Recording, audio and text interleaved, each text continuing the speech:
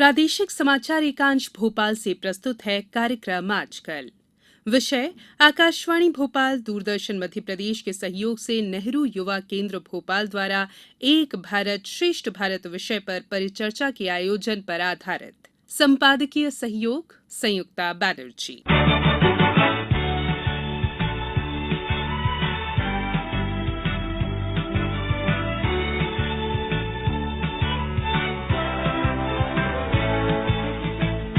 आकाशवाणी भोपाल और दूरदर्शन मध्य प्रदेश के सहयोग से नेहरू युवा केंद्र भोपाल द्वारा एक भारत श्रेष्ठ भारत विषय पर परिचर्चा का आयोजन किया गया।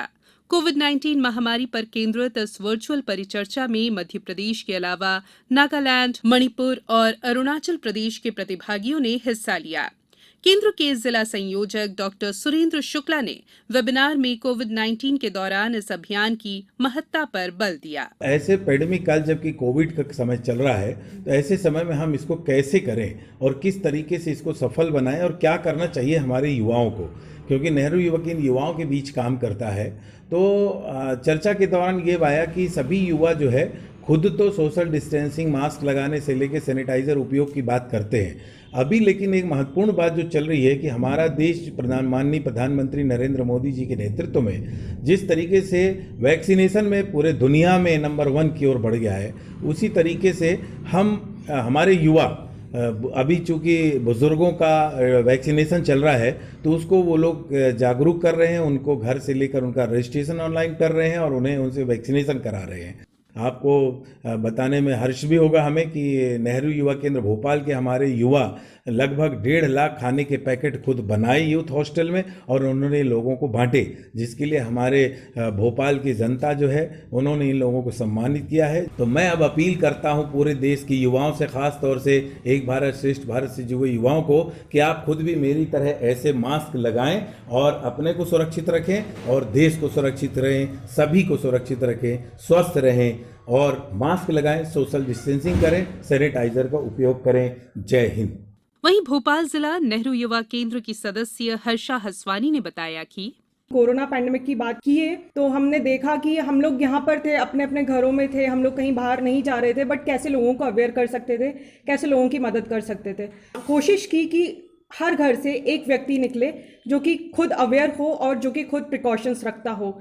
यहाँ पर नगर निगम के माध्यम से एक रसोई घर चलाया जा रहा था कोविड पैंडेमिक में, तो उनके साथ मिलकर हम लोगों ने फूड पैकेट्स बनाए और लोगों को डिस्ट्रीब्यूट किए। और लोग सिर्फ हमारे राज्य के लोग नहीं थे, ऐसे कई विभिन्न राज्यों के लोग यहाँ पर जो काम पर रुके हुए थे, जो काम कर रहे थे, वो लोग यहाँ से जब वहाँ अपने राज्य में जा रहे थे तो उनके पास खाने के लिए पैकेट्स नहीं थे या फिर राशन नहीं था। नमस्कार, मैं शुभम चौहान नेहरू युवा केंद्र भोपाल से।